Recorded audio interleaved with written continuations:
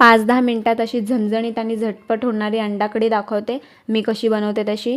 तर गॅसवरती मी एक कांदा असा खरपूस भाजून घेतला आहे। तुम्ही कांदा जास्तीचा पण घेऊ शकता, मी इकडे एकच घेतला आहे। आणि छोटा तुकडा खोबऱ्याचा घेतला आहे, त्याला पण चांगलं खरपूस भाजून घेतलं आहे। आणि एक लसूण, त्याला पण चांगलं भाजून घेतलं आहे।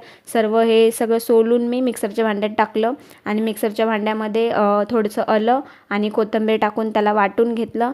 वाटण हे जास्त बारीक नाही करायचं, खोबरं जरा जाडसरच ठेवायचं। त्यानंतर पातेल्यामध्ये 3 पळी तेल टाकून घेतलं आणि त्यामध्ये अंडी फ्राय करायला टाकली। अंडी जरा फ्राय करून घ्यायची, त्याच्याने टेस्ट छान लागते।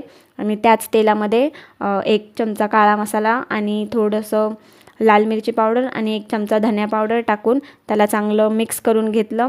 आणि त्यानंतर आपलं वाटण टाकून घेतलं आणि वाटणला 1 मिनिट तेलात परतवून घेतलं आणि 5 मिनिटं झाकून त्याला तेल सुटू दिलं। आणि त्यामध्ये अंडे टाकून घेतले आणि 1.5 ते 2 ग्लास मी पाणी टाकले आणि वरनं थोडासा अंडा कढी मसाला टाकून घेतला आणि थोडीशी कोथिंबीर टाकून घेतली आणि फक्त 5 मिनिटं उकळी काढून घेतली। मस्त अशी अंडा कढी तयार होते।